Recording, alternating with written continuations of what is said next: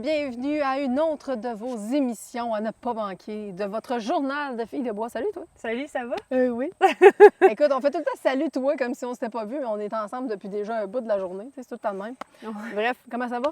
Ça va super bien. Qu'est-ce que ça sent? Ça sent-tu la... Moi, je sens une odeur proéminente d'urine mélangée avec de la vase un peu. Les feuilles mortes qui s'en viennent bientôt. Non, mais ça sent la chasse à l'orignal, la chasse à l'ours, Ben oui! la chasse au chevreuil, La chasse au dindon. la chasse à tout. Tout! Gros gibier. C'est la grosse période qu'on attend toute l'année. Hein. On se prépare à ça parce que, bon, oui, on aime la pêche, oui, on aime les autres activités. Ça finit tout le temps qu'on a hâte à cette saison-là plus qu'à toutes les autres. Toi, tu avais hâte que l'orignal rouvre. Ah oui, moi, c'est ma préférée. La température est supposée de baisser Oui, on parce va qu'en ce espérer. moment, Écoute, le bikini est plus à privilégier qu'un saut de chasse camo, honnêtement. Ouais. Je pense que là, ça va être de checker ses odeurs pas mal. Hein. Ah, crème, oui, il faut Son faire vent. attention à ça parce que checker son vent, ses odeurs, mais tu sais, quand on marche beaucoup en montagne, des fois, Faro! ouais, c'est ça, fait que tout le temps checker ses odeurs. Moi, j'aime bien dans mon sac à dos, je me traîne un petit désodo Oui. odeur d'épinette ou charbon. Oui. Ça tue un peu les odeurs, puis là, c'est ça, là, mettre son linge dehors. Bien, écoute, c'est même là, important. c'est important, mais je t'avoue que votre linge, on en parle souvent parce que là, on rentre dans le vif du sujet. Là, on embarque un peu dans votre matériel, ce que vous avez à regarder au début de la saison. Mais tu sais, votre linge, ça va être important d'être dans des vêtements relativement légers, de privilégier le multicouche. Dans certains secteurs, si vous êtes le moindrement montagneux, ça va être frisquet le matin. Toi, quand tu pars, souvent, c'est Oui. semi-frisquet. Ça réchauffe assez rapidement. Puis là, vous êtes plusieurs à nous poser la question, puis on l'a vu passer sur le groupe pas mal. Hey, on fait quoi? Il fait chaud. On fait quoi, Joe? quand On fait quoi? chaud? Il fait chaud. En premier, là, en tout cas, c'est à l'orignal. Mettons Ouais. qu'on fait un spécial plus orignal. Oui, début de saison, mettons. Exact. Là, on est comme début septembre. On va Ouais. se situer dans le temps parce que je sais pas quand que ça va être. Oui, mais ça peut être début. Moi, je dirais là. jusqu'à la. Tu sais, presque à la 3e semaine de septembre, là, ça, ce Oui. qu'on dit là, c'est valide. Là. Oui, exact. Il fait chaud, c'est commun. Il fait tout le temps 24 à la chasse. On est en T-shirt. On oublie les combines, puis oui. tout ça. Là, fait que le rut n'est pas commencé. Non. Chez l'orignal, on parle du 25 septembre et plus, là, le pic. Fait que moi, j'irais en partant, je collerai pas. Je vais écouter. OK. Ma première étape, moi, j'écoute. Parce que les orignaux, à ce temps-ci, je pensais que tu avais un panache d'orignal dans tes mains. J'ai une palette. Il y a encore leur velours. Oui. Fait que c'est un avantage qu'on a les chasseurs parce que les orignaux, ils vont essayer d'enlever leur velours. Oui, Fait c'est qu'ils vrai. se frottent dans c'est les vrai. branches. Oui, c'est vraiment la grosse période de ça. Puis t'as raison. Fait qu'on écoute. C'est... Je pense que quand il fait chaud de même, anyway, les orignaux sont couchés en dessous des épinettes, sur le top des montagnes ou dans une swamp super humide. Puis, fait que, tu sais, moi, je pense que d'écouter de ces temps-ci, avant le 25 septembre, mettons, avant le 20 septembre, là, début septembre, là, ça va être d'être mollo, mettons, sur... Oui, sur les câbles. Tu sais, c'est pas le temps de s'époumoner, c'est pas le temps de partir Non. en peur sur vos différentes séances d'appel. Ça n'a pas rapport. Tu sais, honnêtement, Joe, elle a amené un point qui est vraiment important. Puis je pense qu'on vous l'a déjà dit dans d'autres séances en live et vice-versa. Apprenez à connaître votre gibier. Oui, connaître votre territoire, mais connaître votre gibier. Elle vient de le dire, c'est la période où ils enlèvent leur velours. Ça veut dire que, bon, on a un orignal qui parle au loin. On a entendu ça partir, puis le bas qui touche chose. Ça, c'est Martin qui voulait se mêler de notre vidéo, bien entendu. Mais bref, c'est ça, c'est d'apprendre à connaître votre gibier. C'est super important, puis ça va faire une grosse différence dans l'issue de votre chasse. Parce que si tu t'en viens puis tu t'époumones comme lui vient de faire, tu risques bien plus de leur faire peur que d'autres choses. Parce que tu l'as dit, ils sont couchés. Cherchez des endroits frais, cherchez des endroits où ce que le couvert forestier est dense. Dites-vous que si vous iriez vous reposer parce qu'il fait chaud, puis c'est là que vous iriez vous asseoir parce que vous avez l'impression que la température a droppé parce que justement c'est une coulée ou c'est vraiment une descente entre deux montagnes, bien là, ça veut dire que l'orignal aussi, c'est là qu'il se tient. Ben oui. Sauf que là, il y a différentes écoles de pensée. Puis écoute, j'ai parlé avec Michel Terrien l'autre fois, puis lui, il me disait d'autres choses. Tu fais quoi, toi? Parce que tu chasses beaucoup avec ton père. Moi, je l'appelle son père, le mythe, la légende. Salut, Alain. Salut, Alain. Salut, papa. Fait que, Comment tu fonctionnes quand il y a une journée chaude de même? Est-ce que tu te retires de ton territoire à partir du moment où c'est trop chaud? Est-ce que tu restes là? Qu'est-ce que tu fais? OK. Dans le fond, là, on se lève vraiment de bonne heure le matin, avant que le soleil se lève. OK. Fait que, mettons, moi, là, je suis une dormeuse dans la vie, OK? Je trouve ça difficile de me lever. Mais pour aller à la chasse, c'est moins pire, OK? Oui, il y a une petite motivation supplémentaire. Ouais. Fait que là, le matin, tu te lèves, c'est frais, tu t'en vas à la chasse. Puis là, vers 11 h, il se met à faire solidement chaud. Oui. Fait que nous, on s'en va au camp, on se change, on fait un petit dodo, on dîne, puis on repart. OK. Fait qu'on repart vers 2 h l'après-midi, puis on retourne dans le bois. Tu sais, ça dépend de la température aussi, là. Tu sais, mettons qu'il pleut, on a moins de patience, mettons, que quand il fait beau, là. Mais le soir, on y retourne. On retourne à la chasse. On fait une deuxième passe du soir jusqu'à, dans le fond, la noirceur. Fait que, tu sais, le soir, les orignaux, il fait moins chaud, ça rebaisse. Ils sortent d'un bûcher manger, puis ils passent la nuit là. Oui. Fait que, tu sais, nous, on split la journée en deux. On reste pas toute la journée dans le bois parce qu'on a 4 semaines à faire à l'orignal, puis on peut s'écœurer assez vite. Oui.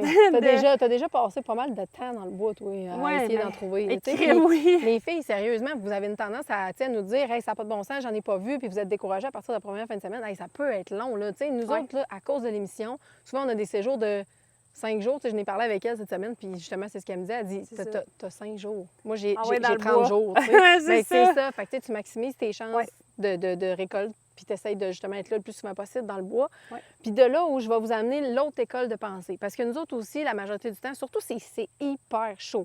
Tu sais, au même titre qu'on dit que les truites ont un thermoclim, tu sais, quand vous mettez votre main dans l'eau, vous avez l'impression que vous iriez vous baigner parce que c'est bien chaud dans l'eau. Bien, c'est la même affaire pour tous les animaux. Fait que les orignaux ont un thermoclim qui est autour de 14-15 degrés. Ça, c'est pas mal le maximum qu'on va dire qu'ils sont comme bien à l'aise, dire qu'ils sont corrects, puis ils peuvent se promener, manger, puis faire leurs activités sans problème. À partir du moment où ça monte au-dessus de ça, ils vont se trouver des endroits au frais. L'autre école de pensée, plutôt que de se retirer du territoire, nous autres, c'est ce qu'on fait aussi la majorité du temps, puis on rentre un petit peu plus tard, comme toi, même affaire.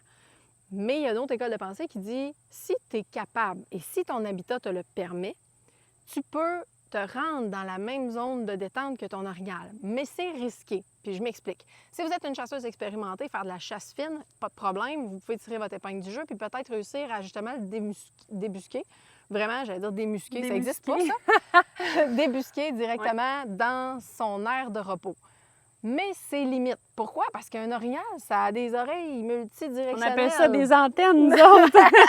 Exact. Fait que, tu sais, quand ils sont couchés, généralement, puis on le voit particulièrement avec les femelles, avec les veaux, hein, c'est ce qu'ils vont faire. Ils vont avoir le regard dans un sens, une oreille d'un côté, puis l'oreille de l'autre bord, parce que ça couvre tout. Fait qu'ils vous entendent arriver bien longtemps. Puis ça, c'est s'ils ne vous ont pas senti, dépendamment de votre vent, si vous n'êtes pas capable de vraiment le contrôler dans la coulée, parce que le vent que vous avez en hauteur, puis quand vous descendez en coulée, il peut changer. Fait que, tu sais, il y a beaucoup de facteurs à regarder. Mais souvent, de se retirer, puis de recommencer son activité au moment où est-ce que, justement, la température commence à dropper, c'est la meilleure façon de fonctionner. Si vous arrivez trop tôt dans l'après-midi puis qu'il fait encore trop chaud, qu'est-ce qui va arriver s'ils sont dans le coulée? Ils ne remonteront pas. Vous allez les laisser coucher dans le coulée puis ils vont sortir tard, ils vont sortir de nuit. Fait que là, vous vous retrouvez avec un deuxième problème. Fait que c'est des petits trucs de début de saison.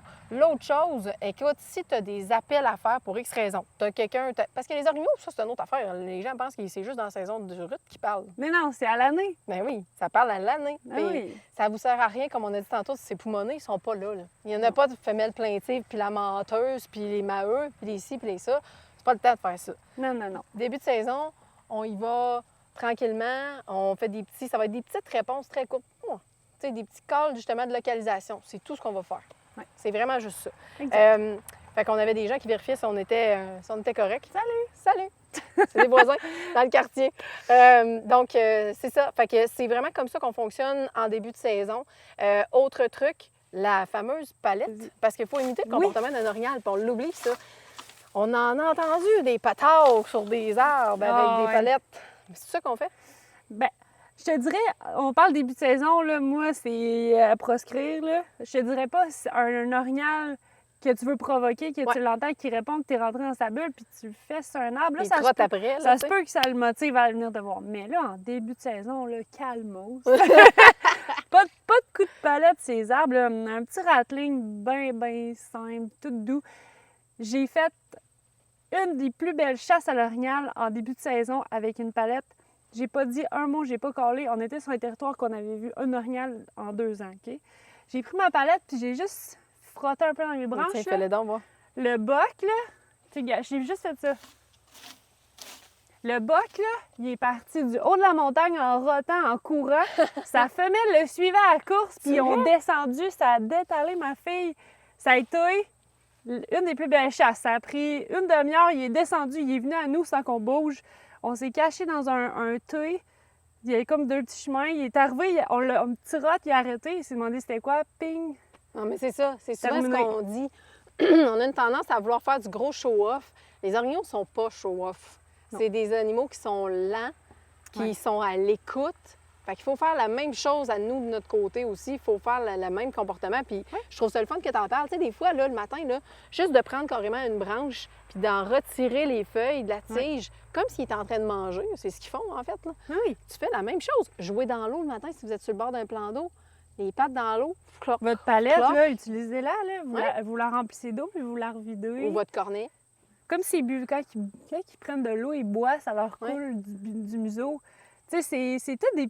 Soyez un orignal, dans le fond, là. C'est carrément ça. Puis ta vitesse de marche, ça ressemble à quoi, toi? Ah, moi, c'est super lent, là. Je me règne pas à la chasse à l'orignal. Je pars doucement. Je marche comme un pas normal, mais tu sais, pas un pas de prédateur. Moi, j'ai comme toujours dans ma tête que si tu te déplaces sans faire de bruit, puis tu fais des petits pas comme un prédateur, ils vont penser que tu es un loup. C'est ça. Si tu fais des traces d'orignal, tu marches comme un orignal, tu fais des bons pas, tu essaies de pas trop craquer, mais t'en craques quand même des branches. Ben, à la limite, si tu craques, tu lâches un whack. Oui, c'est ce ou qu'ils font. sinon tu te frottes une palette C'est ça. dans la branche qui... Tu sais, moi, j'allais se traîner ma palette quand je marche, elle se frotte. Un orignal qui passe dans le bois, son panache, il accroche là, sur des branches, puis je fais jamais le gros boc parce que j'ai peur de faire peur à des plus petits bocs. mais... Quand on dit plus petit, là, des fois, ça peut être un 30. 40. Ouais, Je veux dire, s'il sait qu'il y a un 40-50 qui se promène dans le coin, c'est clair qu'il ne se fera pas manifester le premier. Il sait qu'il ne gagnera pas en partant. Fait que, tu sais, je veux dire, il va être curieux pareil. Les orignaux aiment les orignaux.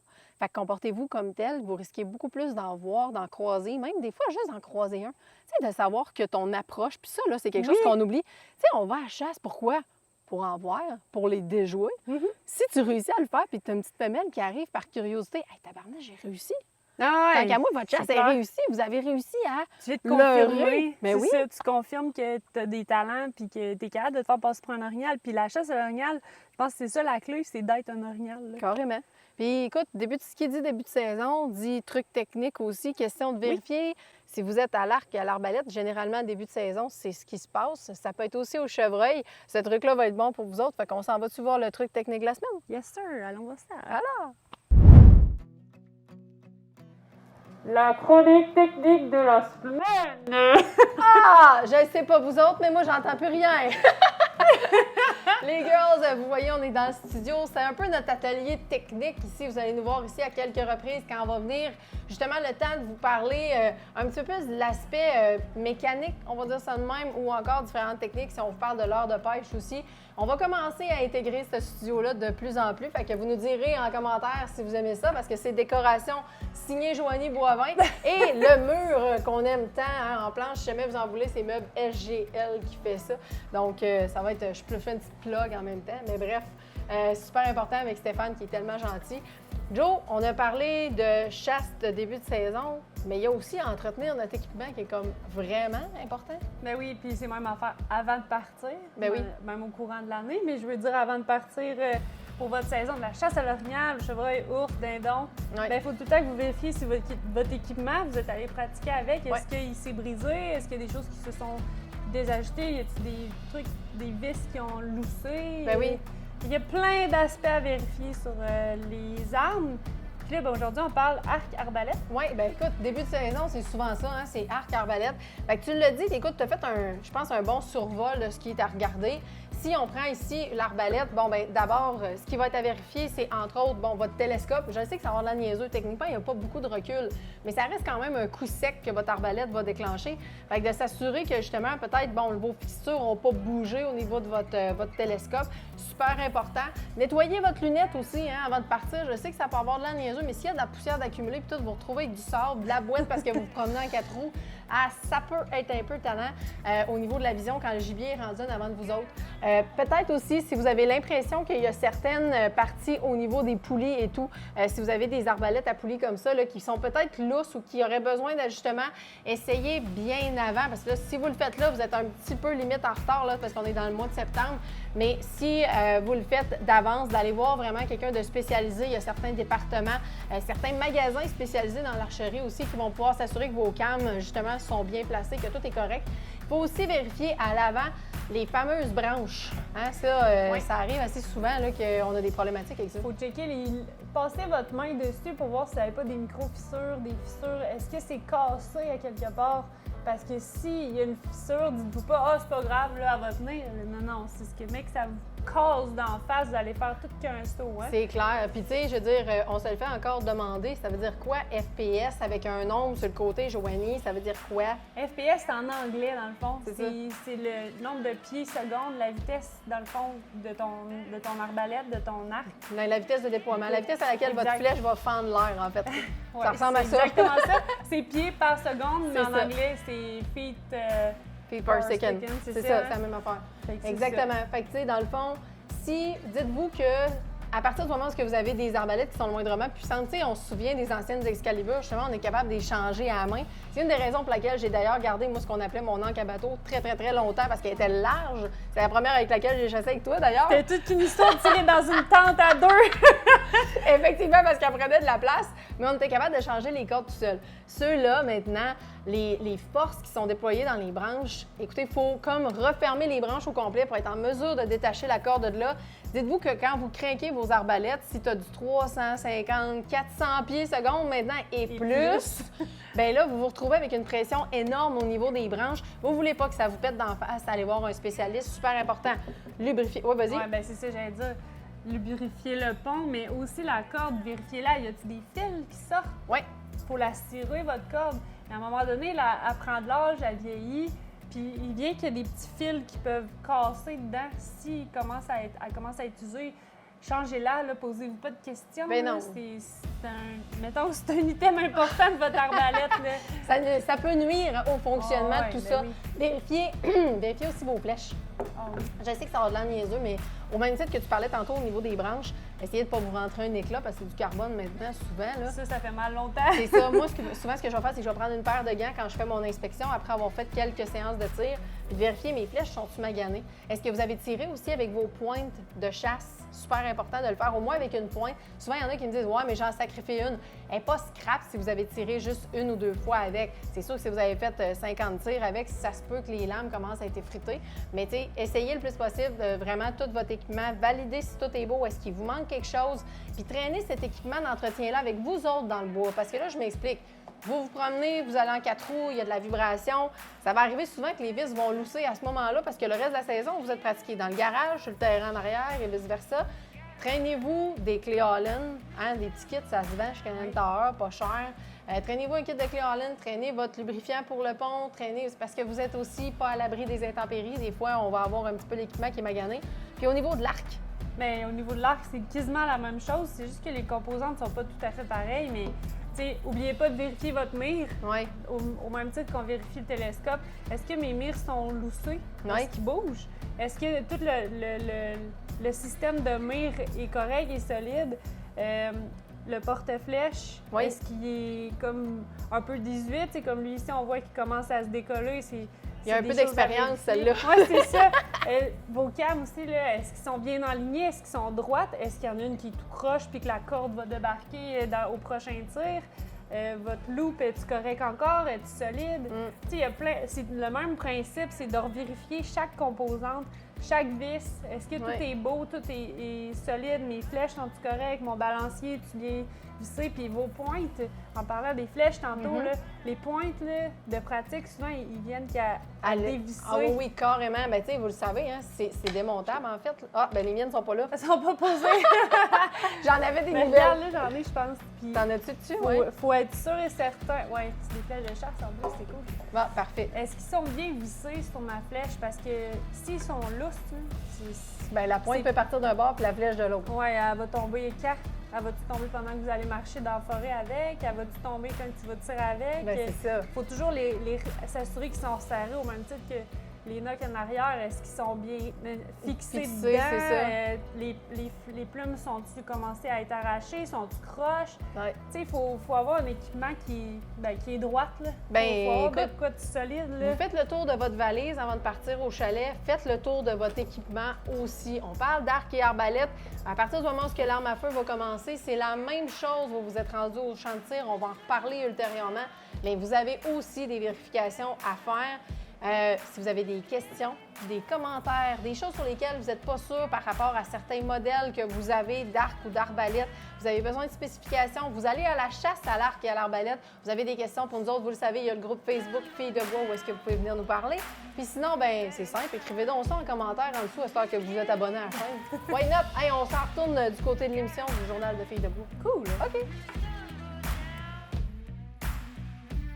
Bon, bien, maintenant, on sait quoi faire pour entretenir nos arcs et arbalètes. Question que, tu sais, on n'arrive pas avec une corde qui nous casse pendant qu'on est sur le territoire ou de cas de même. Là, Aïe, aïe. on fait souvent notre pratique quand on va être à la Oui. chasse à la carabine, mais on oublie beaucoup l'arc et l'arbalète. C'est très, très, très, très important. C'est la base de partir avec un arme dans le bois, c'est qu'elle soit bien entretenue et qu'on sache l'utiliser. C'est ta responsabilité de chasseur, au bout du compte. Fait que les girls, on espère que vous avez aimé votre émission encore cette semaine. N'oubliez pas de nous suivre. Abonnez-vous à One Signal, qui est juste dans le bas du site web. Vous allez voir, vous avez la fameuse petite clochette rouge. Allez cliquer dessus, acceptez les notifications de tout ça. C'est pas invasif, vous allez voir, c'est comme une petite notification sur les réseaux sociaux que vous allez recevoir, mais vous allez savoir qu'est-ce qui se passe, puis s'il y a quelque chose de nouveau, que ce soit un blog, que ce soit une vidéo, que ce soit un journal Filles de bois qui apparaisse, vous allez recevoir la notification, puis abonnez-vous à la chaîne YouTube d'Aventure Chasse-Pêche parce que les vidéos vont aussi être là. Fait qu'on se donne rendez-vous dans 2 semaines. Ben oui, puis vous autres, ben soyez à l'affût! Salut les girls!